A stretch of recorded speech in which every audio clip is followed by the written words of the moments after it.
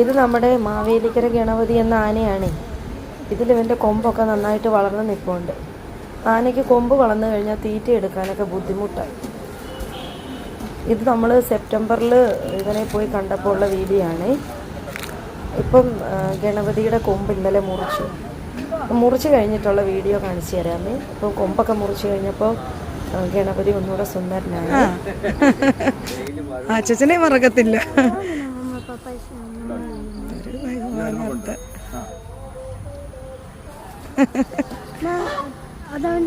ഇത് നമ്മുടെ മാവേലിക്കര ഗണപതി എന്ന ആനയാണ്. ഇവൻ്റെ കൊമ്പ് ബുദ്ധിമുട്ടായതുകൊണ്ട് കൊമ്പ് മുറിച്ച് മാറ്റിയേ. ഇന്നലെ ഇവൻ്റെ കൊമ്പ് മുറിച്ച് കഴിഞ്ഞപ്പോൾ ഇനി അവന് ഈസി ആയിട്ട് തീറ്റയൊക്കെ എടുക്കാൻ പറ്റും. ഈ കൊമ്പ് വളർന്ന് നിന്ന് കഴിയുമ്പോൾ ആനയ്ക്കത് ബുദ്ധിമുട്ടാണ്. കൊമ്പൊക്കെ മുറിച്ചപ്പം ഗണപതി ഒന്നുകൂടെ സുന്ദരനായേ.